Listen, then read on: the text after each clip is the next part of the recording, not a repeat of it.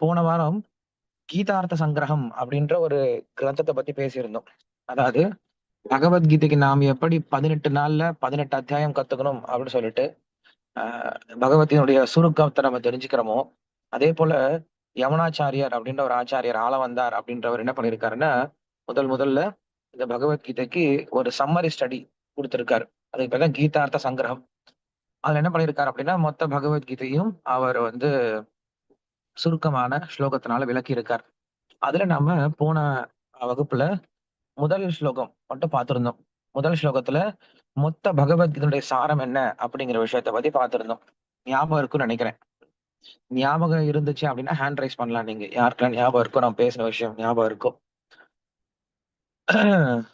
நம்ம என்ன சொல்லியிருந்தோம் அப்படின்னா, ஸ்வதர்ம ஞான வைராக்கிய சாத்திய பக்தியவ கோச்சரக நாராயண பரபிரம்ம கீதா சாஸ்திரே சமேதிதா அப்படின்ற ஸ்லோகத்துல இருந்து பேசியிருந்தோம்.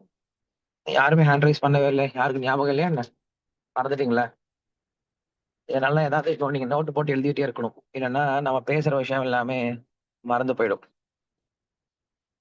நம்ம முக்கியமான விஷயம் பேசுறோம், முக்கியமான விஷயம் சொல்லி கொடுக்குறோம். அதனால என்னைக்குமே நீங்க இத நோட் பண்ணி வச்சுட்டே வந்துருங்க. ஓகே, 2 பேர் கை தூக்கி இருக்காங்க, ஆனந்திராஜனும் குமரேசனும். மற்றவங்க என்ன பண்றீங்கன்னு தெரியல. அடுத்த கிளாஸ் நான் செக் பண்றேன் மறுபடியும் எத்தனை பேர் ஞாபகம் இருக்குன்னு சொல்லிட்டு. ஏன்னா நம்ம எல்லாருமே கஷ்டப்பட்டு காலையில உட்காந்து சான் பண்றோம், காலையிலேயே வகுப்பெல்லாம் கேட்கிறோம். ஸோ அது பிரயோஜனமா இருக்கணும் அப்படின்னா நீங்க எழுதி வச்சுக்கோங்க முடிஞ்ச வரைக்கும். சரி, தேங்க்யூ. இப்ப அந்த ஸ்லோகத்துல அவர் சொன்ன விஷயம் என்ன அப்படின்னா, பகவத்கீதையில சொல்லப்பட்ட விஷயம் என்னது, பகவத்கீதையுடைய சாரமான விஷயம் என்னது அப்படின்னா, நாராயண பரபிரம்ம, சாத்திய நாராயண பரபிரம்ம அப்படின்னு சொல்லி சொன்னார். அந்த நாராயணனை அடைவது, அந்த நாராயணன் யாரு? முழுமுதற் கடவுள் அப்படின்னு சொல்லி சொன்னார். முழுமுதற் கடவுளாகிய அந்த நாராயணனை அடைவதே பகவத்கீதையினுடைய சாரமான விஷயம் அப்படின்னு சொல்லி சொன்னார். சரி, அந்த நாராயணனை அடைவதற்கான வழி என்ன அப்படின்னு கேட்கும் பொழுதுதான் ஒரு பெரிய வழிமுறையை சொன்னார் நமக்கு. ஸ்வதர்ம ஞான வைராக்கிய சாத்திய பக்தியவ கோச்சரக அப்படின்னு சொல்லி சொன்னார். அந்த நாராயணனை அடைவதற்கு பக்தி ஒன்றே சாத்தியம் அப்படின்னு சொல்லி சொன்னார். கிருஷ்ணர் பகவத்கீதையில சொல்றாரு, பக்தியா மாம் அபிஜானாதி பக்தியா ஏகயா கிரகீதயா அப்படின்னு சொல்லிட்டு பல ஸ்லோகங்களால நான் பக்தியினால மட்டுமே அறியப்பட வேண்டியவன் அப்படின்னு சொல்லி சொல்றார். சரி, அந்த பக்தி எப்படி அடைவது? பக்தினால அடைய முடியும் சொல்லிட்டார். அந்த பக்தி நமக்கு எப்படி கிடைக்கும் அப்படின்னு கேட்கும் பொழுது அத யமுனாச்சாரியர் வேற விதமா விளக்குறார்.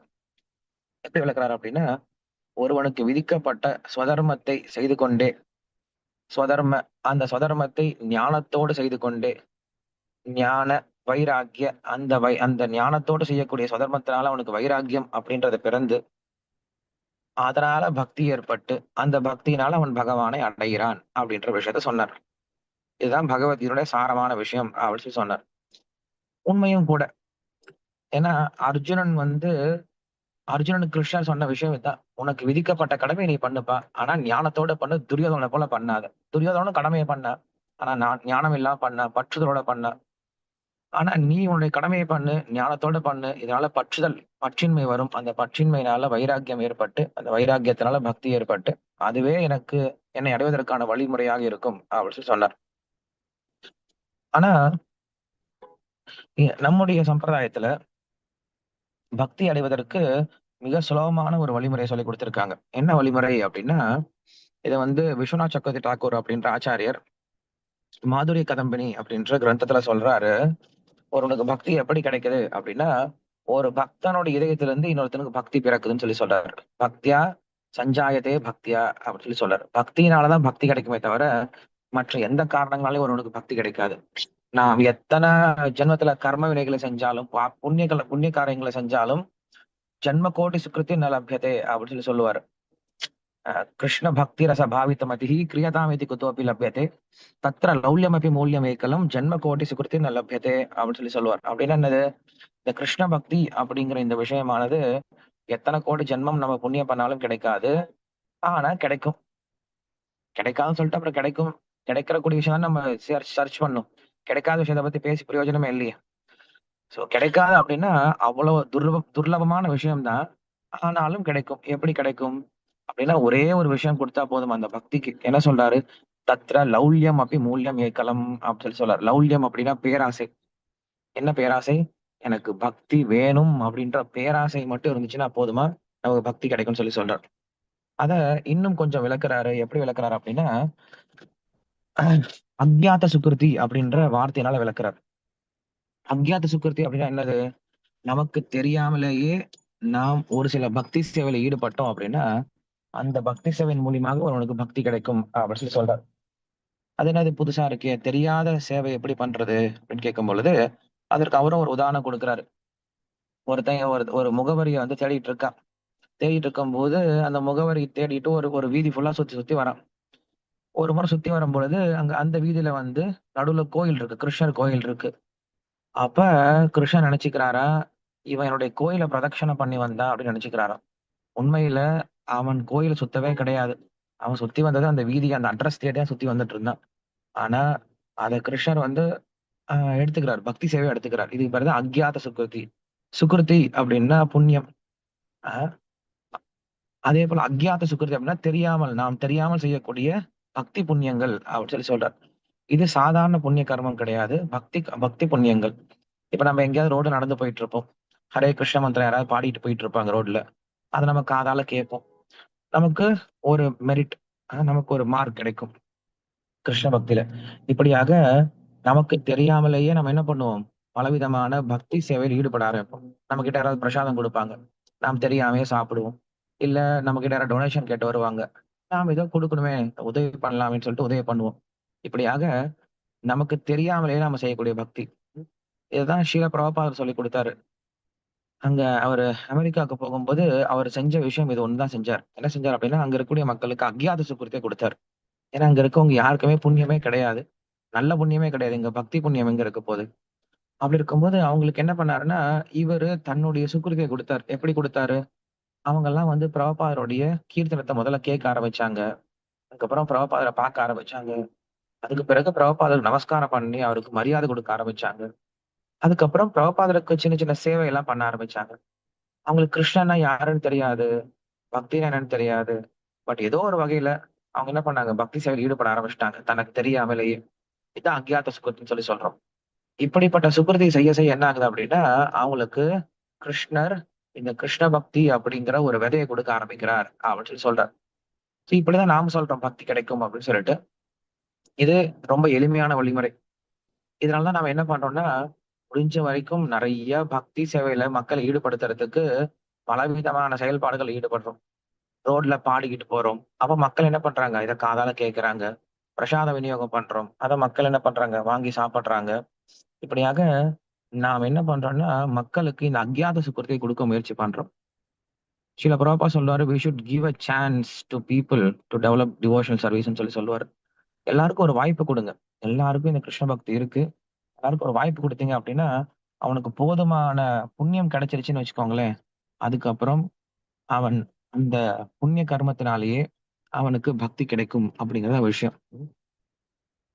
இந்த விஷயத்த தான் வந்து நமக்கு விஸ்வநாத் சக்கரவர்த்தி தாக்கூர் சொல்றாரு.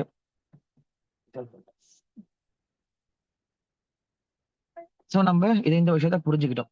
போன வாரம் வந்து நாம இந்த ஒரு முக்கியமான ஒரு ஸ்லோகத்தினுடைய அர்த்தத்த புரிஞ்சுக்கிட்டோம். கீதார்த்த சங்கரத்துல இருந்து. இன்னைக்கு என்ன பண்ண போறோம் அப்படின்னா, அடுத்த ஸ்லோகத்துக்கு போறோம். அடுத்த ஸ்லோகம் என்ன தெரியுமா சொல்லிக் குடுக்குது? முதல் 6 அத்தியாயத்துக்கு முதல் 6 அத்தியாயத்திற்கான விளக்கம் என்ன அப்படிங்கிறத சொல்றார். ஏன்னா பகவத்கீதை நம்மளுக்கு 3 ஆறுகளாக பிரிச்சிருக்காங்க. முதல் 6 அப்படிங்கிறது கர்மயோகத்தை பற்றிய விஷயமும், மத்தியில இருக்கக்கூடிய 6 அத்தியாயங்கள் அப்படிங்கிறது பக்தி யோகத்தை பற்றிய விஷயமும், கடைசியில் இருக்கக்கூடிய 6 அத்தியாயங்கள் அப்படிங்கிறது ஞானத்தை பற்றிய விஷயமும் சொல்லப்பட்டிருக்கு அப்படின்னு சொல்லி சொல்றாங்க. இதுல முதல் 6 அத்தியாயத்துல என்ன சொல்லப்பட்டிருக்கு அப்படின்னா, ஞான கர்மாத்மிகே நிஷ்டே, யோக லக்ஷே சுசம்ஸ்கிருதே, ஆத்மானுபூதி சித்தியர்த்தே, பூர்வ ஷட்கேன சோதித்தே அப்படின்னு சொல்லி சொல்றாங்க. பூர்வ ஷட்கம் அப்படின்னு சொல்லி சொல்றாங்க.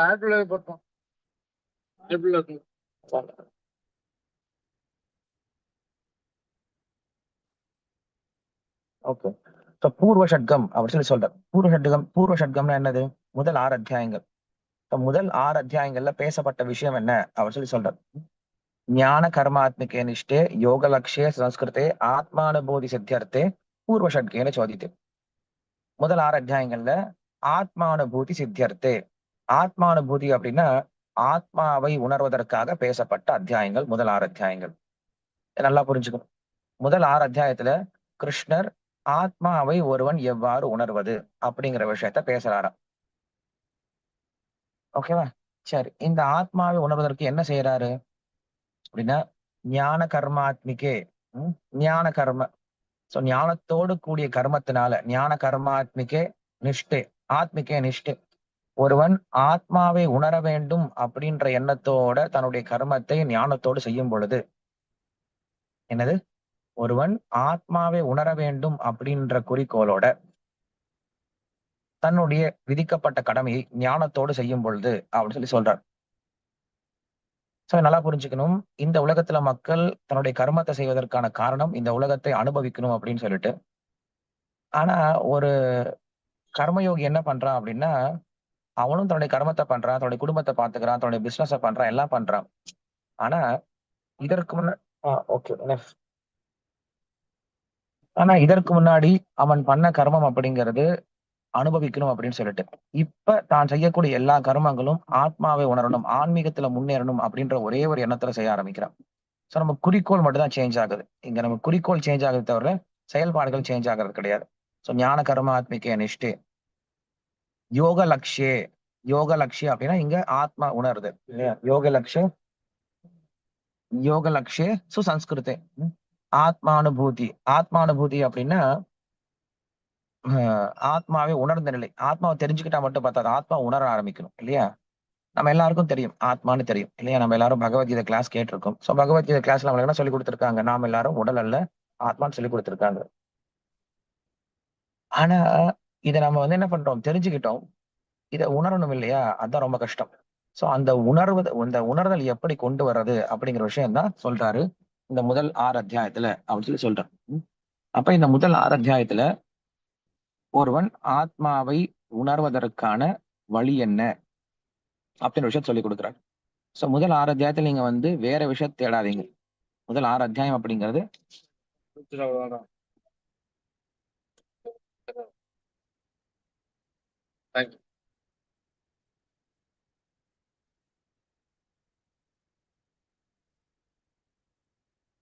முதல் 6 அத்தியாயம் அப்படிங்கிறது நம்மளுக்கு ஆத்மாவை உணர்வதற்கான வழிமுறை என்ன அப்படிங்கிற விஷயம் சொல்லிக் கொடுக்குறார். மொத்த பகவத்கீதை சாரம் அப்படிங்கறது பகவானை உணரணும். பட் பகவானை உணர்வதற்கு முன்னாடி ஆத்மாவை உணர வேண்டும் அப்படின்னு ஆரம்பிக்கிறார். அதை நான் பார்க்கலாம். ஏன் முதல்ல ஆத்மாவை தெரிஞ்சுக்கணும், அதன் பிறகு நம்ம ஏன் பகவானை தெரிஞ்சுக்கிறோம் அப்படிங்கிற விஷயத்த மற்ற வகுப்புகளை பார்க்கலாம். சரி, இதுல முதல் அத்தியாயம் நம்ம எல்லாருக்கும் தெரியும். முதல் அத்தியாயம் அப்படிங்கிறது என்னது? அர்ஜுன விஷாத யோகம் அப்படின்னு இந்த அத்தியாயத்துக்கு பேர் வச்சிருக்காங்க. அர்ஜுன விஷாத யோகம்னா என்னது? அர்ஜுன விஷாத அப்படின்னா கவலை.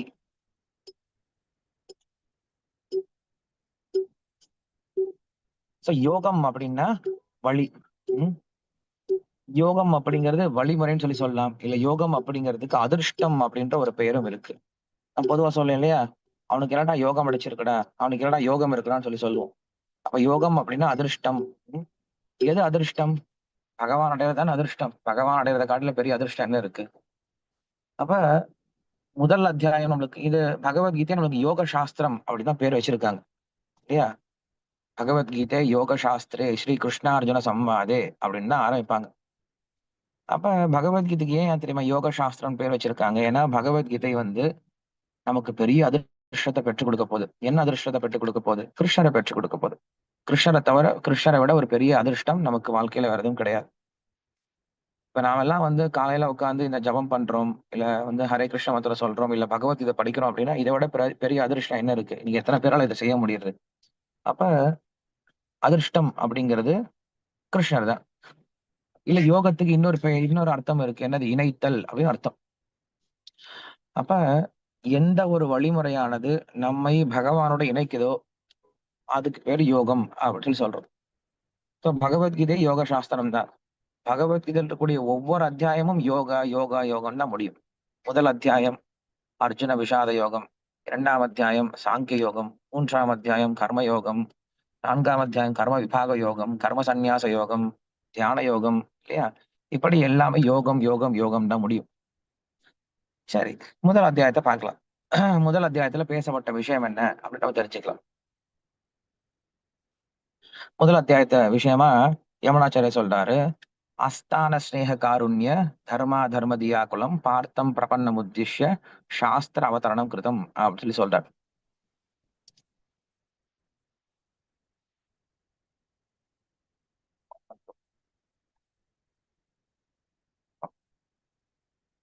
இதுல முதல் அத்தியாயத்தோட விஷயமா இதை சொல்றாரு.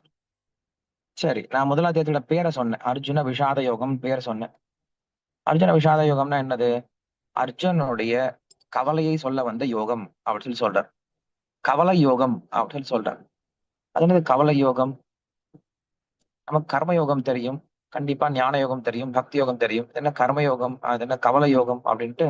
கவலை கூட யோகம் ஆகுமா அப்படின்னா, கவலை தான் ஒரு மனுஷனுக்கு பகவானை அடைவதற்கு மிக முக்கியமான ஒரு வழிமுறையா கூட இருக்கு. சந்தோஷமா இருக்கும்போது பெருசா யோசிக்கிறது கிடையாது. ஆனா ஒருவன் கவலையில வரும்போது என்ன பண்றான்? பகவானை அதிகம் நினைக்க ஆரம்பிக்கிறான். Just tell me when we need to cut this topic. Dharapuram.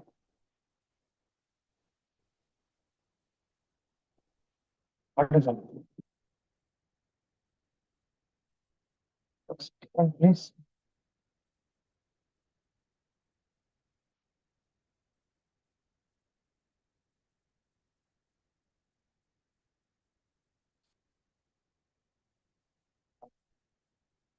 அப்ப நம்ம பரீட்சித் மகாராஜனோட உதாரணத்தை பார்க்க முடியும் பாகவத்துல. பரீட்சித் மகாராஜன் என்ன பண்றான் அப்படின்னா, அவனுக்கு பெரிய ராஜாங்கம் கிடைச்சது. எந்த ராஜாங்கத்துக்கு பாண்டவர்கள் கௌரவர் ரெண்டு பேரும் சண்டை போட்டுக்கிட்டாங்களோ, அவங்க ரெண்டு பேருடைய ராஜாங்கத்தையும் ஒருத்தனை அனுபவிச்சுட்டு இருந்தா பரீட்சித் மகாராஜன். நல்ல மனைவி, நல்ல குழந்தைகள், நல்ல குடும்பம், நல்ல நல்ல நாடு, பெரிய சந்தோஷமான வாழ்க்கை. ஆனா அப்படிப்பட்ட சந்தோஷமான வாழ்க்கையில ஒரு பெரிய கவலை அவனுக்கு, ஒரு பெரிய துக்கம் வந்தது. என்ன துக்கம் வந்தது? எல்லாமே இருக்கு சார், வாழ்றதுக்கு வாழ்நாள் தான் சார் இல்ல, இன்னும் ஏழே நல்லா சாகணும் சார் அப்படின்ற ஒரு பெரிய துர்பாகியம், துர்கடனை வந்தது அவனுக்கு. அப்படி வரும் பொழுது பரீட்சித் மகாராஜ் என்ன பண்ணா, இனிமேல் நம்மளுக்கு இந்த வாழ்க்கை வேண்டாம், பௌதிக வாழ்க்கை வேண்டாம்னு சொல்லிட்டு எல்லாத்தையும் என்ன பண்றான், துறந்துட்டு அவன் கங்கை கரையில போய் உட்காந்து என்ன பண்றான், ஒருவன் இறக்கக்கூடிய தருவாயில எதை பற்றி கேட்கணும், எதை பற்றி நினைக்கணும் அப்படின்ற கேள்வி கேட்டு பாகவதத்தை கேட்டு என்ன பண்ண மோட்சம் அடைஞ்சான். அப்ப அவன் கூட பாகவதத்தை கேட்பதற்கு கவலை அப்படின்றது ஒரு பெரிய காரணமா இருந்திருக்கு. இதனாலதான் சாஸ்திரம் சொல்லுது, பரீட்ச லோகான் கர்மச்சிதான் நிருபேதமாதாய அப்படின்னு சொல்லுது. நிருபேதம் அப்படின்னா, ஒருவன் வெறுப்பு ஏற்பட்டு, இந்த உலகத்துல வெறுப்பு ஏற்பட்டு தான் என்ன பண்றான், ஒருவன் ஆன்மீகத்துக்கே வரான். அது வரைக்கும் ஆன்மீகம் அப்படிங்கிறது ஏதோ ஒரு புண்ணிய காரியமாக செய்யணுமே, எல்லாருமே செய்யறாங்க, நம்மளும் செஞ்சு பார்க்கலாம், ஏதாவது நல்லது கிடைக்கும் அப்படின்ற இடத்துல பண்ணிட்டு இருக்கோமே தவிர முழு சரணாகதியோட பண்றது கிடையாது. ஆனா ஒருவனுக்கு கவலை அப்படின்னு வரும்போது என்ன பண்றான் அவன், பகவானே எனக்கு வேற கதியே கிடையாது அப்படின்னு என்ன பண்றான், அவன் முழு சரணாகதியோட அந்த ஆன்மீக காரியங்களை பண்ண ஆரம்பிக்கிறான். அதனால கவலை அப்படிங்கிறது ஒரு மனுஷனுக்கு பெரிய உந்துதலா இருக்கணும் ஆன்மீகத்தை அடைவதற்கு. அது எல்லாருக்கும் கிடைக்கிறது கிடையாது அந்த பாக்கியமும். ஒரு சிலர் என்ன பண்றாங்க, கவலையினால துவண்டு போய் தப்பான முடிவு எடுத்துக்கிறாங்க, ஆன்மீகத்துல இருந்து தூரம் போயிடுறாங்க. ஆனா நமக்கு கவலை அப்படிங்கறத பகவான் ஏன் கொடுக்குறாரு அப்படின்னா, அவரை பத்தி ஆலோசனை பண்றதுக்கு, அவர்கிட்ட சரணாகதி பண்றதை என்ன பண்றாரு, அப்பப்ப சின்ன சின்ன கவலைகள் வருது. அதுதான் இங்க சொல்றாரு, அர்ஜுன விஷாத யோகம் அப்படின்னா அர்ஜுனுடைய கவலையை சொல்ல வந்த யோகம் அப்படின்னு ஆரம்பிக்கிறார். அர்ஜுன் என்ன பண்றான், பெரிய வீர வசனம் பேசிட்டு தான் வரான், சண்டை போடலாம் அப்படின்னு தான் வரான். ஆனா இங்க வந்த பின்னாடி ஒரு பெரிய கவலையினால சூழப்பட்டா, அந்த கவலையினால அவனுக்கு பகவத்கீதை பேசப்பட்டது அப்படின்னு சொல்றார். அதனால நமக்கும் கவலை அப்படின்னு வரும் பொழுது நாம் ஆன்மீகத்தை விட்டுட்டு போறதை காட்டிலும் ஆன்மீகத்தை இன்னும் அதிகம் பயிற்சி பண்ண ஆரம்பிக்கணும். கவலை எங்க போனாலும் இருக்க போகுது, கவலை இல்லாம இருக்க போறது கிடையாது. ஆனா நாம என்ன புரிஞ்சுக்கிறோம்னா, ஆன்மீகத்துக்கு வந்தா கவலை போயிடும் நினைக்காதீங்க, ஆன்மீகத்துக்கு வந்தா கவலையை சமாளிக்க முடியும் அப்படின்றத புரிஞ்சுக்கோங்க. அதான் சில பிரபா சொல்றாரு, material spiritual life is difficult, but material life is impossible அப்படின்னு சொல்லுவார். ஆன்மீக வாழ்க்கை கஷ்டம்தான், ஆனா பௌதிக வாழ்க்கை சாத்தியமே இல்லை, வாழ்வதற்கு சாத்தியமே இல்லைன்னு சொல்லுவார். அதுக்கு ரீசன் இதுதான். என்னது? ஆன்மீகம் நம்மளுக்கு எதை கத்துக் கொடுக்குது அப்படின்னா, எப்படி ஒரு பிரச்சனையில இருந்து பாதிப்படையாம இருக்கிறது கத்துக் கொடுக்குமே தவிர பிரச்சனையை தீர்ப்பதற்கு இந்த உலகத்துல பிரச்சனையே வராது அப்படின்னு சொல்றதுக்கு ஆன்மீகம் கிடையாது. அப்படி யாராவது சொல்றாங்கன்னா நம்மளை ஏமாத்துறாங்க அப்படின்னு அர்த்தம். நீங்க ஆன்மீகத்தை பயிற்சி பண்ணுங்க, உங்களுக்கு பிரச்சனையே வராது அப்படின்னு சொன்னாங்கன்னா அது ஏமாத்துற விஷயம். ஏன்னா நம்முடைய கர்மா பிரகாரம் நம்மளுக்கு கண்டிப்பா என்ன வரணுமோ அது கண்டிப்பா வந்து தீரும். ஆனா அதனால நம்ம என்ன பண்ண மாட்டோம், பாதிப்படைய மாட்டோம். அந்த பிரச்சனை வந்தாலும் நமக்கு பெருசா பாதிப்பை கொடுக்காது. இதுதான் நம்மளுக்கு ஆன்மீகம் செஞ்சு கொடுக்கக்கூடிய பலம். அதனால இந்த முதல் அத்தியாயத்துல நம்மளுக்கு கிருஷ்ணர் சொல்லி கொடுத்துட்டாரு. நமக்கு பிரச்சனை வந்துச்சு அப்படின்னா அதை நீங்க வந்து தப்பா எடுத்துக்காம, அதை வந்து விரோதமா எடுத்துக்காம, அதுக்கு நேர்மாறான எடுத்துக்காம, அதை என்ன பண்ணும், சரியான கண்ணோட்டத்துல பார்க்க ஆரம்பிச்சுங்க அப்படின்னா அந்த பிரச்சனையே நம்மளுக்கு நல்ல ஒரு வரப்பிரசாதமா மாறி போயிடும் பகவானை சென்றடைவதற்கு. துருவனுக்கு ஒரு பிரச்சனை வரும்போது அவன் என்ன பண்ணா, கிருஷ்ணரை பார்க்க முடிஞ்சது. இப்படி பல பக்தருடைய வாழ்க்கையில பாக்குறோம். கஜேந்திரனுக்கு பிரச்சனை வரும்போது என்ன பண்ண, அவனும் பகவானை வந்து தரிசனம் பண்ண முடிஞ்சது. அதனால பிரச்சனை அப்படிங்கிறது நம்மை பகவானிடம் பக்கத்துல சேர்ப்பதற்காக இருக்கக்கூடிய ஒரு கருவின்னு புரிஞ்சுக்கிறோம். சரி, இப்படியாக முதல் அத்தியாயத்தினுடைய பெயர் நம்ம விளக்கிட்டோம். அர்ஜுன விஷாத யோகம். அர்ஜுனனுடைய கவலையை சொல்ல வந்த யோகம். அவனுக்கு கவலையே பகவானை அடைவதற்கு ஒரு காரணமாக அமைந்து விட்டது. அதனால அர்ஜுன விஷாத யோகம் அப்படின்னு பேர் வச்சிருக்காங்க. நம்ம நம்ம எல்லாரும் நம்மள நிறைய பேர் கொரோனா யோகத்தினால வந்திருக்கோம். எல்லாருக்கும் தெரியும். ஆஹ் கொரோனா டைம்ல என்ன ஆச்சு அப்படின்னா நிறைய பேர் வந்து வீட்டுக்குள்ளாரையே அடைஞ்சு, எல்லாரும் வீட்டுக்குள்ள அடைஞ்சு கிடந்ததுனால என்ன பண்றது தெரியாம நிறைய பேர் ஆன்லைன் கிளாஸ்ல அட்டன் பண்ண ஆரம்பிச்சாங்க. என்ன கிளாஸ் வந்தாலும் அட்டன் பண்ண ஆரம்பிச்சாங்க. ஸோ இதுல நிறைய பேர் பகவத்கீதை கிளாஸ் எல்லாம் 18 நாள் கிளாஸ் அப்படின்னு நாங்க நடத்திட்டு இருந்தோம். நிறைய பேர் அட்டன் பண்ண ஆரம்பிச்சாங்க. அந்த கொரோனா வகுப்புல இருந்து நிறைய பக்தர்கள் உருவானாங்க. அதனால நமக்கு கொரோனா யோகம்னே சொல்லலாம். கொரோனா நம்மளுக்கு ஒரு யோகமா மாறி போயிடுச்சு, ஒரு அதிர்ஷ்டமாக மாறி போயிடுச்சு பகவானை அடைவதற்கு. இப்படியாக முதல் அத்தியாயத்தினுடைய தலைப்பை சொல்லி கொடுக்கிறார். அதுக்கப்புறம் முதல் அத்தியாயத்தினுடைய விளக்கம் என்ன அப்படின்னு சொல்றாரு. என்ன சொல்றாரு? அஸ்தான ஸ்நேக, அஸ்தான காருண்ய, தர்ம அதர்ம தியாகுலம் அப்படின்னு சொல்றார். 3 காரணங்கள். இந்த 3 காரணங்கள் தான் அர்ஜுனுடைய கவலைக்கு காரணம் அப்படின்னு சொல்றார். என்ன 3 காரணங்கள்? அஸ்தான ஸ்நேக, தவறான இடத்துல வச்ச பாசம். அஸ்தான காருண்ய, தவறான இடத்துல வச்ச கருணை. தர்ம அதர்ம தியாகுலம், தர்மத்தை அதர்மமாக பார்க்கக்கூடிய நிலை, அதர்மத்தை தர்மமாக புரிந்து கொள்ளக்கூடிய நிலை. இந்த 3 காரணத்தினால அர்ஜுனன் துன்பப்பட்டான் அப்படின்னு சொல்றார். 3 காரணங்கள் என்னது? அஸ்தான ஸ்நேக அப்படின்னு என்னது? அவன் என்ன பண்ணா, தப்பான இடத்துல தன்னுடைய ஆஹ் உறவு முறை வச்சுட்டு இருந்தான். இவங்கெல்லாம் என்னுடைய உறவினர்கள் அப்படின்னு நினைச்சிட்டு இருந்தான். அஸ்தான ஸ்நேக. அஸ்தான காருண்ய, தவறான மனிதர்கள் கிட்ட போய் என்ன பண்ணான், கருணையை காட்டினான். இவங்க கிட்ட எல்லாம் கருணையை காட்டக்கூடாது, ஆனா அவங்க கிட்ட போய் என்ன பண்றான், கருணையை காட்டிட்டு இருக்கான். அதே போல எது தர்மமான விஷயமோ அது அதர்மம்னு சொன்னான். எது அதர்மமான விஷயமோ அதுதான் தர்மம் பேசிட்டு இருந்தான். இந்த 3 காரணங்கள் தான் அர்ஜுனனுடைய கவலை காரணம் அப்படின்னு சொல்லப்படுது. இந்த 3 காரணங்களை நம்முடைய வாழ்க்கையில் நாம் எப்படி புரிஞ்சுக்கிறது அப்படின்னு கேட்கும் பொழுது,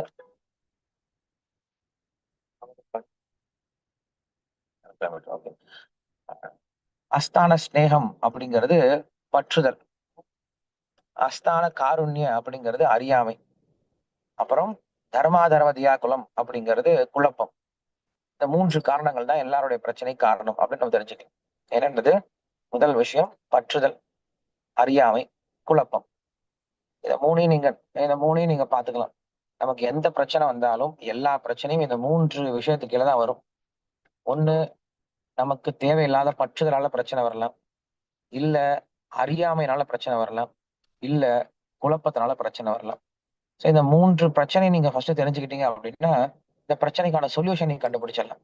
இந்த பிரச்சனை என்னன்னு தெரியாதனால நம்மளால நிறைய பேருக்கு சொல்யூஷன் கண்டுபிடிக்க ரொம்ப கஷ்டமா இருக்கு. அதனால கிருஷ்ணன் என்ன பண்ணிட்டாரு, பிரிச்சு கொடுத்துட்டாரு.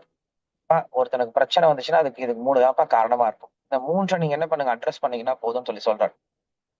சோ கிருஷ்ணன் என்ன பண்ண போற, இந்த 3 விஷயத்த பத்தி பகவத்கீதை முழுவதும் பேச போறார்.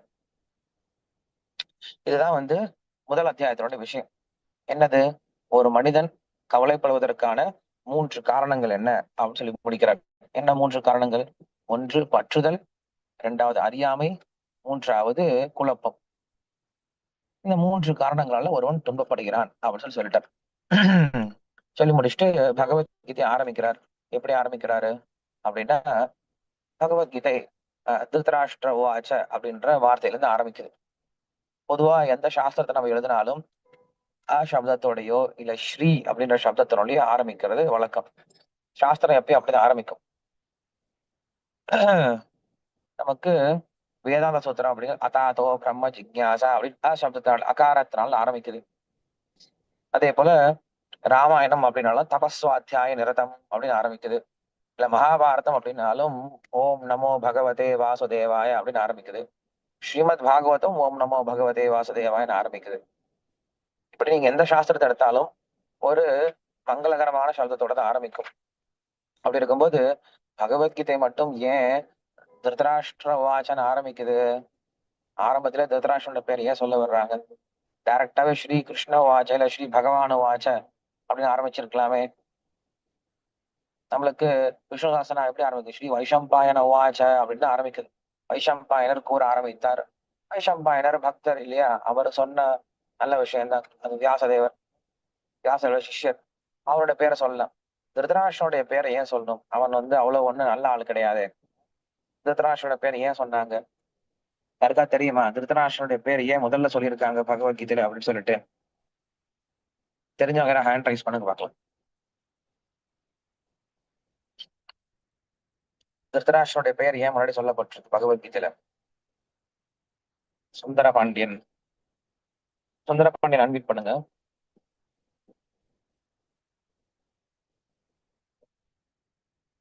ஹரே கிருஷ்ணா. சுந்தர பாண்டியன் அன்மியூட் பண்ணுங்க. ஓகேங்க பிரபுஜி, பண்றேங்க பிரபுஜி.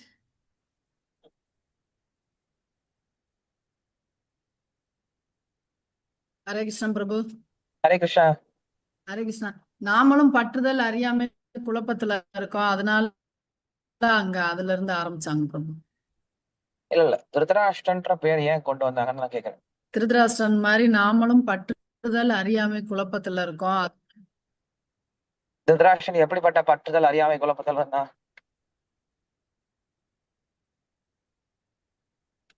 பாசம், அவர் மகன் மேல வச்ச கண்மூடித்தனமான பாசம், அந்த மாதிரி நம்மளும் பற்றுதலும் அறியாமை குழப்பத்துல இருக்கிறதுனால.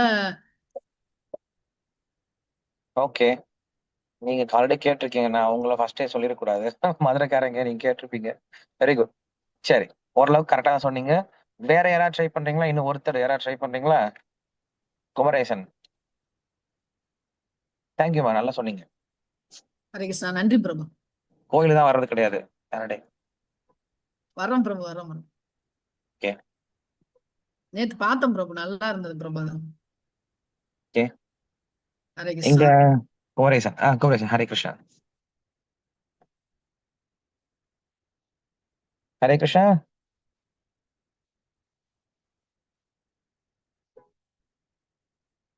நீங்க அன்மியூட் பண்ணிட்டு பேசணும் குமரேசன் சார்.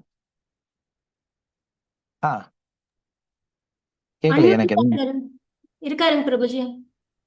கேட்கலையே. குமரேசன் பிரபு, ஹரே கிருஷ்ணா. நீங்க பேசலாம் பிரபு. இல்ல, அவர் இயர்போன்ஸ்ல வச்சு பேசினாலும் கேட்கலன்னு நினைக்கிறேன். மைக் சரியா கேட்கல. ஆமாங்க பிரபுஜி.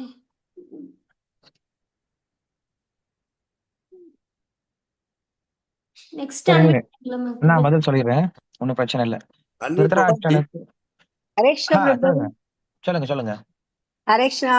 திருதராஷ்டிரர் மகன் மேல பற்று பாசல் இருந்தாலும் அவருக்கு பாண்டவர்கள் மீது ஒரு பொறாமையினால அந்த மகாபாரதமே ஃபர்ஸ்ட் பேசப்பட்ட காரணமே மகாபாரதத்தின் காரணமே அதுதான். அப்படியே அவ்வளவு வராது. Hello Guruji,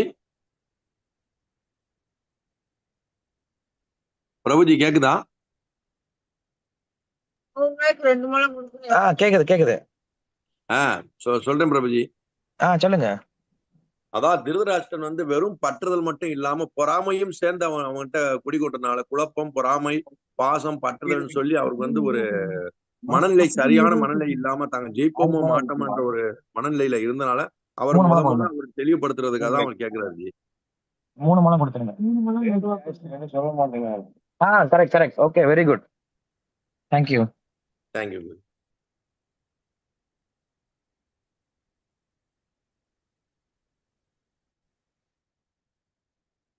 okay, Hare Krishna. Thank you. So திருதராஷ்டிரனுக்கு 2 முக்கியமான குணங்கள் சொல்லப்படுது மகாபாரதத்துல.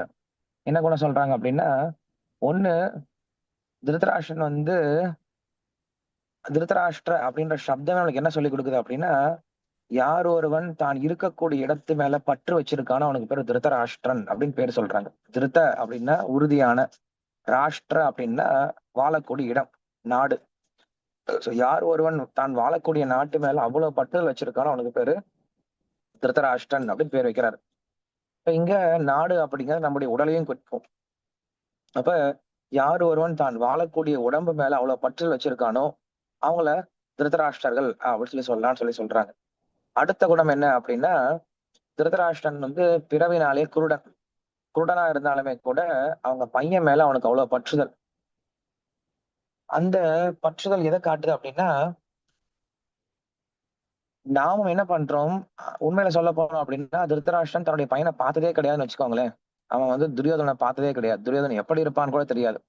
அவன் வெள்ளையா இருப்பானா, கருப்பா இருப்பானா, ஹைட்டா இருப்பானா, குள்ளமா இருப்பானா, ஒல்லியா இருப்பானா, குண்டா இருப்பானா, எதுவுமே தெரியாது. ஆனா பார்க்காத ஒரு துரியோதனன் மேல திருதராஷ்டிரனுக்கு ஈர்ப்பு. எப்படி? வெறும் காதால கேட்டே ஈர்ப்பு. துரியோதனன் அப்படின்ற பேரை கேட்டாவே அவனுக்கு ரொம்ப சந்தோஷம் ஆயிடுமா. என்னுடைய மகன் துரியோதனன் அப்படின்னு சொல்லிட்டு ரொம்ப சந்தோஷப்படுவானா. உண்மையில சொல்ல போறோம் அப்படின்னா, அந்த துரியோதனன் மற்றும் எல்லா கௌரவர்கள் 100 பேரை பிறந்ததுக்கு அப்புறம் அந்த துரியோதனன் வந்து ஒரு நரிய போல ஊழ விட ஆரம்பிச்சான பிறந்தத உடனே. அப்பயே பார்த்து சொன்னார், விதுரர் சொன்னாரு, அண்ணா இந்த ஒரே ஒரு பையனை மட்டும் நீ விட்டுரு. இந்த ஒரு பையனை நீ கொண்டு போட்டுட்ட அப்படின்னா மத்த 99 மிஞ்சிடும். இந்த ஒரு பையன் இருந்தானா மத்த 100 பேரும் சாக வேண்டியதுதான் அப்படின்னு அப்பயே சொன்னாரு. ஆனா என்னமோ தெரியல, அவனுக்கு அந்த பையன் மேல அவ்வளவு பற்று வந்துருச்சு. பார்க்காத பையன் மேல வெறும் காதால அவனுடைய பேரை கேட்டே பற்றுதலை ஏற்படுத்திக்கிட்டான். இது திருதராஷ்டிரனுடைய அடுத்த ஒரு முக்கியமான குணம். இது எதை காட்டுது அப்படின்னா, நமக்கு இந்த உலகத்தில் இருக்கக்கூடிய சுகத்தை காட்டுது. பிரகலாத மகாராஜர்கிட்ட கேட்கும் பொழுது, இந்த உலகத்துல சந்தோஷம் எங்கப்பா இருக்குன்னு கேட்கும்போது, ஆஹ் குத்ராட்ச ஸ்ருதிசுக்காக மிருகதிருஷ்ண ரூபாகன்னு சொல்றாரு. எங்க இருக்கு சந்தோஷம் அப்படிங்கிறது? காதுலதான் இருக்கு. ஸ்ருதி சுக்காக அப்படின்னு சொல்ற. ஸ்ருதி சுக்காகனா காதுல கேள்விப்பட்டிருக்கோம் சந்தோஷம் இருக்குன்னு சொல்லிட்டு. நான் வாழ்க்கையில என்ன பண்றோம், இங்க சந்தோஷம் இருக்கு, அங்க சந்தோஷம் இருக்கு, இது செஞ்சா சந்தோஷம், அதை செஞ்சா சந்தோஷம், என்ன பண்றோம், எல்லாருமே காதுல கேள்விப்பட்டிருக்கோம். பட் சந்தோஷத்தை யாரும் இது வரைக்கும் பார்த்தது கிடையாது. சோ பார்க்காத அந்த சந்தோஷத்தை நம்ம என்ன பண்றோம், வெறும் காதாலேயே கேட்டு அது மேல பற்றுதல் வளர்த்துக்கிறோம் இல்லையா, அதுதான் திருதராஷ்டிரன். சோ அதை போல 2 குணங்களை பத்தி பேசியிருக்கோம் இப்ப நம்ம. ஒன்று, இருக்கக்கூடிய உடல் மேல பற்று வச்சிருக்கக்கூடியவன் திருதராஷ்டிரன். 2வது, தான் காதால கேட்டு பார்க்காத அந்த சந்தோஷத்து மேல பற்று வச்சிருக்கோம் இல்லையா, அந்த சந்தோஷத்தை அனுபவிக்க நினைக்கிறோம் இல்லையா, இது 2வது குணம் அப்படின்னு சொல்றாரு.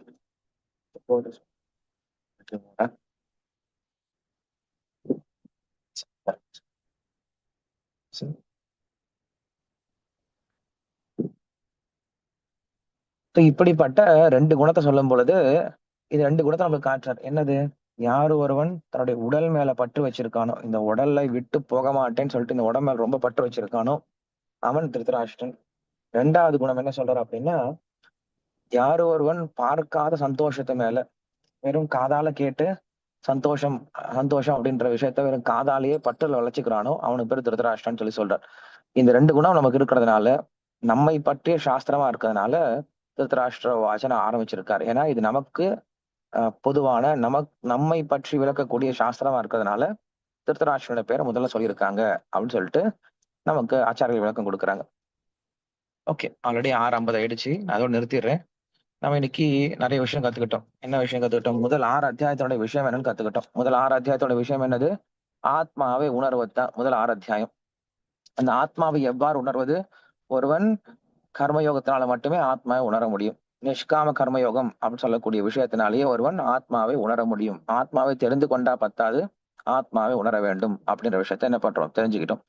அதுக்கப்புறம் முதல் அத்தியாயத்தோட விஷயம் என்னன்னு பார்த்தோம். முதல் அத்தியாயத்துல சொல்லப்பட்ட விஷயம் என்னது?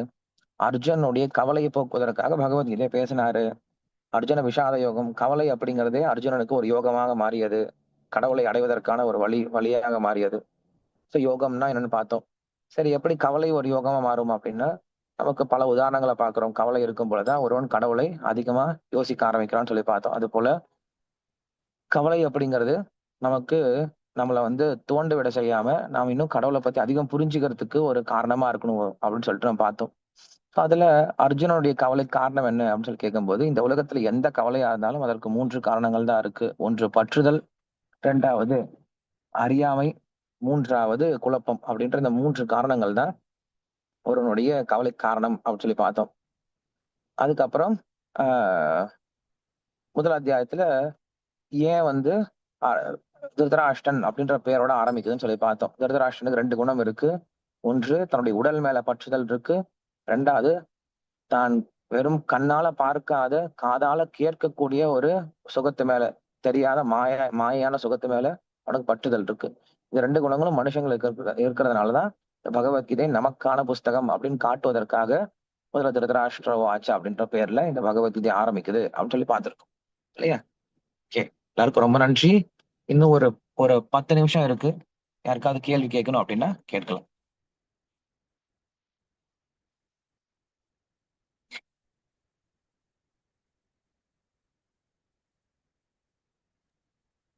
நான் குருஜி பேசின எல்லாரும் கேட்டுச்சா எல்லாருக்குமே? குருஜி கேக்குதா? கேக்குது, சொல்லுங்க. நம்ம 18 அத்தியாயமும் சுருக்கமா வந்து நம்ம ஆளவந்தார் வந்து சொல்லியிருக்காருன்னு சொன்னீங்க இல்லையா? அந்த ஸ்லோகங்கள்லாம் தனியா கொடுக்க முடியுமா ஜி? நீங்க நெட்ல சர்ச் பண்ணி எடுத்துக்கலாம். இல்ல அது 2 வருது குருஜி, அதுக்கப்புறம் வர மாட்டேங்குது குருஜி. இல்ல எல்லாமே இருக்கும், பிடிஎஃபாவே இருக்கு. பட் எதுக்கும் அஸ்தான விளக்கம் சிநேக இருக்கு. அஸ்தான காருண்ய தர்ம தர்மாதியாக்குலம் பார்த்தம் பிரபன்னம் உத்தேஷ சாஸ்திர அவதரணம் கிருதம் இது வருது. நெக்ஸ்ட் அதே மாதிரி ஒண்ணு கஷ்டமா வந்தது, எப்படியோ பார்த்துட்டேன், இதை எடுத்துட்டேன்.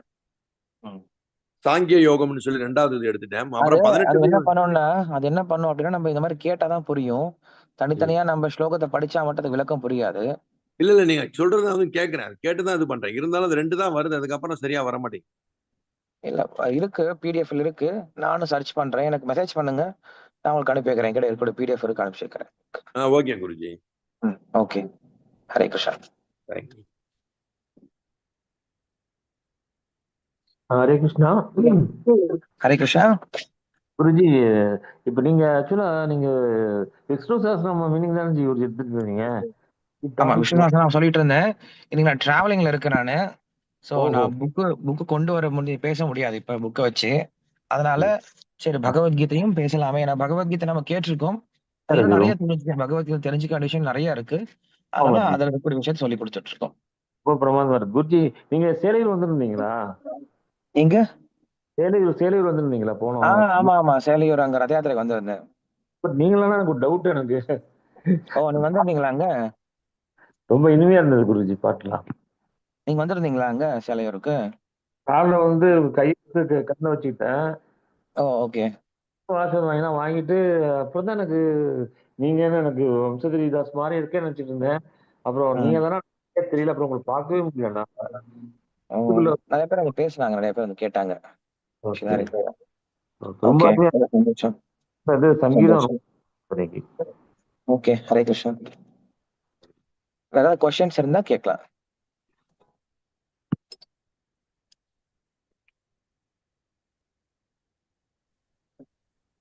வணக்கம் பிரபுஜி. ஹரே கிருஷ்ணா. ஹரே கிருஷ்ணா பிரபுஜி. சொல்லுங்க. விஷ்ணுநாமம் இருக்குல்ல பிரபுஜி, அது சான்ஸ்கிரிட்ல நம்ம பாக்குறோம் கேக்குறோம். அதுவே வந்து தமிழ்ல வந்து யூடியூப்ல ஓடிட்டு இருக்கு பிரபுஜி. அதுவும் நம்ம கேட்டுக்கலாமா, படிச்சுக்கலாமா? என்னது? விஷ்ணு சகஸ்ரநாமம் தமிழ்ல ஓடிட்டு இருக்குன்னா என்னது? வெறும் ஸ்லோகமா? ஸ்லோகம் இல்ல, மீனிங்கோட போயிட்டு இருக்கு பிரபுஜி. படிக்கலாமே, தாராளமா படிக்கலாமே. Okay okay. மீனிங்க படிக்கணும், மீனிங்க்கு விளக்கமும் இருக்கு. ஏன்னா மீனிங் வெறும் விஷ்ணு அப்படின்னா உள்ளே நுழைபவர் அப்படின்னு இருக்கும், அனுப்பிரவேசம் செய்பவர் அப்படின்னு இருக்கும். அனுப்பிரவேசம்னா என்னது, அணுனா என்னது, அது எப்படி பிரவேசம் பண்றாரு, அதோட முக்கியத்துவம் என்ன அப்படிங்கறத உங்களுக்கு ஆச்சாரியர்கள் வந்து விளக்கத்துல கொடுப்பாங்க, வியாக்கியானத்துல கொடுப்பாங்க. ஓகே ஓகே பிரபுஜி, நீங்க ரொம்ப சொல்லி தரீங்க பிரபுஜி. காலையில நாங்க கேட்டுட்டு தான் நாங்க கிச்சன்ல வேலை பார்த்துட்டு இருப்போம். நீங்க பேசுறத கேட்டுட்டு தான் நாங்க வந்து சமைச்சுக்கிட்டு இருக்கிறது. ரொம்ப எந்த ஊர்ல இருக்கீங்க? காரைக்கால் பிரபுஜி. காரைக்கால். ஓகே ஓகே ஓகேமா, தேங்க்யூ. ஹரே கிருஷ்ணா. ஹரே கிருஷ்ணா. ஹலோ, ஹரே நமஸ்காரம். கிருஷ்ணா. நமஸ்காரம். நமஸ்காரம். இந்த நா தழும்பேற நாமம் சொல்றது அப்படின்னு சொல்றாள்ல, நான் நான் தழும்பேற நாமம் சொல்லணும் அப்படின்னுட்டு, ஆஹ் அப்படின்னா என்ன? நான் தழுதலுக்கு நான் தழும்பேற அப்படின்னா நம்ம சொல்லக்கூடிய மந்திரத்தினால நம்ம உடல் மெய்சில் இருக்கணும் அப்படிங்கறது அதோட அர்த்தம். அது வந்து செயற்கையா நம்ம செய்யக்கூடாது, அது இயற்கையா ஏற்படணும். அதாவது இது வந்து பக்தி பாவம் அஷ்ட விகாரம் சொல்லி சொல்லுவாங்க. நமக்கு இந்த ஹரே கிருஷ்ண மந்திரத்தை சொல்ல சொல்ல பக்தி அதிகமாகும் பொழுது அந்த ஆஹ் பாவங்கள்லாம் ஏற்படுமா, அதெல்லாம் நமக்கு இப்ப கிடைக்காது. அது வந்து ரொம்ப ஹையஸ்ட் ஸ்டேஜில் தான் கிடைக்கும். நாம இப்ப செய்ய வேண்டியது ஹரே கிருஷ்ண மந்திரத்தை சொல்லும் போது காதால கேட்டா மட்டும் போதும். அது ஒன்றா நம்ம செய்ய முடியும். அது நம்ம புரிஞ்சுப்போம், அந்த பாவங்களை நம்ம புரிஞ்சுப்போம் நமக்கு வரும் பொழுது. நமக்கு இப்ப அந்த பாவம் எல்லாம் வராது, நமக்கு டைம் இருக்கு. அது சைத்தன்ய மகாபிரபு காட்டினாரு, ஸ்ரீமதி ராதாராணி காட்டினாங்க. பக்தர்கள், உயர்ந்த பக்தர்கள் வந்து பகவானுடைய பேரை சொல்லும் போது அவங்களால நாக்கு அப்படியே தடுமாற ஆரம்பிச்சிடும். ஒரு சில சமயம் நம்மளே இந்த உலகத்துல உணர்ந்திருப்போம். ரொம்ப ரொம்ப சந்தோஷம் இருக்கும்போது அவங்களுக்கு வாயில பேச்சே வராது. அதெல்லாம் பாவங்கள் இல்லையா, அந்த ஃபீலிங்ஸ் சொல்றோம்ல, அந்த மாதிரி நமக்கு அந்த பகவானுடைய பேரை சொல்லும் போது அந்த மாதிரி நம்மளுக்கு ஏற்படும். அதான் சொல்றாங்க. ஓகே, ஹரே கிருஷ்ணா. நமஸ்காரம். இன்னைக்கு நான் பேசின விஷயத்துல இருக்கா கொஸ்டின்ஸ் இருக்கா?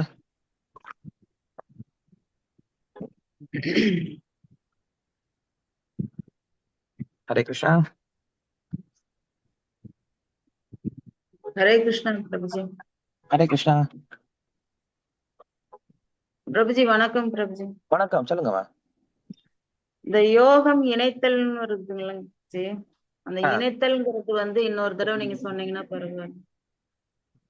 இணைதல் யோகா யுஜ்யதே இது யோகா அப்படின்னு சொல்லி சொல்றாரு. இப்ப நாம் ஆத்மா, கிருஷ்ணர் பரமாத்மா. சோ இந்த ஆத்மா பரமாத்மாவை இணைக்கக்கூடிய வழிமுறை தான் என்ன சொல்றோம், யோகம் சொல்லி சொல்றோம். நாம் இப்ப நம்முடைய கனெக்ஷனை பிரிஞ்சு இருக்கோம், நம்மளுடைய உண்மையான தொடர்புல இருந்து பிரிந்திருக்கோம்னு சொல்லி சொல்ல முடியாது. நாம் கிருஷ்ணர் எப்பயும் பிரிஞ்சு இருக்க முடியாது. மறந்த நிலைன்னு சொல்லி சொல்லலாம். சோ மறந்த நிலையை நம்மளுக்கு ஞாபகப்படுத்தக்கூடியதான் என்ன சொல்றோம், யோகா அப்படின்னு சொல்லி சொல்றோம். சோ பலவிதமான யோகங்கள் இருக்கு. நாம் பகவானோட மறுபடியும் நம்மளை இணைச்சிக் கொள்வதற்கு பலவிதமான யோகங்கள் இருக்கு. கர்ம யோகம்னு இருக்கு, ஞான யோகம்னு இருக்கு, பக்தி யோகம் இருக்கு இல்லையா. யோகம் அப்படின்னா எந்த ஒரு வழியினால நாம் பகவானோட இணையறமோ அந்த வழிமுறைக்கு பேர் யோகம். ஒரு சிலர் தன்னுடைய கர்மத்தினாலேயே, தான் செய்யக்கூடிய செயல்பாடுகளாலேயே பகவானை இணைச்சிப்பாங்க. ஒரு சிலர் சாஸ்திரங்களாலேயே படிக்கிறதுனால பகவானோட இணைவாங்க. ஒரு சிலர் தியானத்தினால பகவானோட இணைவாங்க. நாம் பக்தி சேவையினால பகவானோட இணைகிறோம். இப்படி பலவிதமான வழிமுறைகள் இருக்கு. ஆனா இந்த கலியுகத்திற்கும் சரி, எந்த யுகத்திற்கும் சரி, ரொம்ப எளிமையான வழிமுறை அப்படிங்கிறது பக்தி யோகம். பக்தி யோகம் அப்படிங்கிறது ஆத்மாவுக்கு இயல்பான விஷயம். பக்தி யோகம் அப்படின்னா சிரவணம், கீர்த்தனம், விஷ்ணு ஸ்மரணம், இப்படி இந்த 9 விதமான பக்தி செயல்பாடுகள் ஈடுபடுறது பக்தி யோகம். நாம தினசரி இந்த ஹரே கிருஷ்ண மந்திரம் சொல்றோம் இல்லையா, இதனால நம்ம என்ன பண்றோம், தினமும் கிருஷ்ணரோட தொடர்புக்கு வரும். இதுதான் யோகம் அப்படின்னு சொல்றோம். சரிங்க குருஜி. அப்புறம் இன்னொரு இது சகஸ்ரநாமம் வந்து காலையில நான் சொல்லிட்டு இருந்தேன் குருஜி, ஒரு 5 to 5:30 அந்த மாதிரி. இப்ப என்னால அதை ஃபாலோ பண்ண முடியல. திரும்ப நம்ம மறுபடியும் சாயந்தரத்துல சொல்லலாங்களா, எப்படி? தாராளமா சொல்லலாம், சகஸ்ரநாமம் எப்ப வேணா சொல்லலாம், அதுக்கு எந்த கட்டுப்பாடெல்லாம் கிடையாது. அதே இது வந்து இப்ப மொழிபெயர்ப்பு தமிழ்ல வந்திருக்கும் குருஜி, அது இது யூடியூப்லயும் வருது, புக்ஸ்ல வருதா என்னன்னு தெரியல. அது என் தங்கச்சி சொல்லுச்சு. அந்த மாதிரி எல்லாம் படிக்க வேண்டாம். சகஸ்ரநாமம் பீஷ்மர் எப்படி சொல்லி கொடுத்தாரோ அந்த மாதிரி படிங்க. விஸ்வம் விஷ்ணு வஷட்காரோ பூத பவ்ய பவத் பிரபு, அந்த நாமத்தை அப்படியே படிக்கணும். அது உச்சரிப்பு வராதவங்க எப்படி படிக்கிறதுன்னு கேக்குறாங்க. இப்ப நான் இது வந்து பிராக்டிஸ் பண்ணதுனால எனக்கு தெரியுது. தமிழ்னா என்ன வருது, எனக்கு இது வரைக்கும் பார்த்ததே கிடையாது. தமிழ்ல வந்து விஷ்ணு சஹஸ்ரநாமம் தமிழ்ல மொழிபெயர்த்தே வருது. அது எப்படி வரும், நான் கேள்விப்பட்டதே கிடையாது. அது ஒவ்வொரு வார்த்தைக்கும் மொழிபெயர்ப்போட வருமா அது? ஆமாங்க குருஜி. அது சஹஸ்ரநாமம் தமிழ்லயும் வருது, விஷ்ணு சஹஸ்ரமும் வருது, லலிதா சஹஸ்ரநாமம் வருது. நம்ம ஹரே கிருஷ்ண மந்திரம் இருக்குல்ல, ஆமாங்க, நம்ம ஹரே கிருஷ்ண மந்திரம் சொல்றோம் இல்லையா, இது ஹரே கிருஷ்ணான்னு சொல்லி சொல்றோம். ஹரே கிருஷ்ணான்னு சொன்னா நம்மளுக்கு நல்லா இருக்கு. இதுவே அனைத்து சக்தியும் ஈர்ப்பவர், அனைத்து சக்தியும் ஈர்ப்பவர், ஈர்ப்பவர் ஈர்ப்பவர், அனைத்து சக்தி அனைத்து சக்தி அப்படின்னு சொன்னா எப்படி இருக்கும்? இப்ப ஹரே அப்படின்னா பகவானுடைய சக்தி, அஹ் கிருஷ்ணா ஆ. அப்படின்னா அனைவரும் ஈர்ப்பவர். இப்ப நீங்க தமிழ்ல மொழிபெயர்ப்பு சொல்லு பாருங்க. அதுக்கு இதுக்கு டிஃபரெண்ட் இருக்குங்க. இல்ல நான் சொல்றேனே, நான் தான் இப்ப சொன்னேனே உங்களுக்கு, ஹரே கிருஷ்ணா கிருஷ்ண ஹரே கிருஷ்ண கிருஷ்ணா ஹரே ஹரே. அது ஒரு இந்த மந்திரம் இன்பமா இந்த இருக்கு. மந்திரம் சொல்றதுக்கு எப்படி? இதுவே சக்தி ஈர்ப்பவர், சக்தி ஈர்ப்பவர், சக்தி சக்தி ஈர்ப்பவர் ஈர்ப்பவர் சக்தி சக்தி, இப்படி சொன்னா எப்படி இருக்கு? சரியா வரல. இல்ல சொல்றதுக்கே வாந்தி வரல. ஆமா. So, அதனால எந்த மந்திரத்தை எதுல சொல்லணுமோ அந்த அந்த அந்த லாங்குவேஜ்ல தான் சொல்லணும். எல்லாத்தையும் நம்ம வந்து மொழிபெயர்ப்பு பண்றேன்னு சொல்லிட்டு இதெல்லாம் வந்து இந்த நாங்க இதை ஃபாலோ பண்ண மாட்டோம், நாங்க வந்து வடமொழி ஃபாலோ பண்ண மாட்டோம் நான் அப்படின்னு சொல்றாங்க இல்லையா, அந்த மாதிரி மொழி பைத்தியக்காரங்க பண்ற வேலை, அதெல்லாம் இல்ல பண்ணக்கூடாது. ஃபாலோ தமிழ்ல பண்றது இல்லைங்க, தமிழ்ல சொல்றது இல்லைங்க. சொல்றவங்க, தமிழ்ல அவங்களுக்கு அந்த தமிழ்ல வார்த்தை இருக்கக்கூடிய என்னால வரலங்கிறாங்க. இல்ல வார்த்தை வரலாம், கத்துக்கணும், அவ்வளவுதான். அதுக்காக நம்ம வந்து கிருஷ்ணன்னு சொன்னாம ஈர்ப்பவர்னு சொல்லி கூப்பிட்டு இருப்பீங்களா? அதான் நானும் சரி இது சஹஸ்ரநாம புக்கும் வாங்கிட்டேன். இதுக்கு திருச்செந்தூர் சரி, போயிருந்தாங்க. அதனால என்ன பண்ணுங்க, கேளுங்க, கேட்டு கத்துக்கோங்க. கேட்டா எதுவும் வராத விஷயம் கிடையாது. செந்தமிழும் சரிங்க குருஜி. நாப்பழக்கம் தான் சொல்றாங்கல்ல, காதுல கேட்டு நீங்க கத்துக்கலாம். மொழிபெயர்ப்பு இது அது முதல்ல உச்சரிப்பு கேட்டு கத்துக்கலாம். நானும் பழகிட்டேன். இப்ப அதான் தங்கச்சி சொன்னுச்சு அந்த மாதிரி கேட்கலாமான்னு, அதான் கேட்டுக்கிறேங்க குருஜி. சரி, okay ma'am, thank you. Hare Krishna. Thank you Guruji. நன்றி குருஜி. ஜி.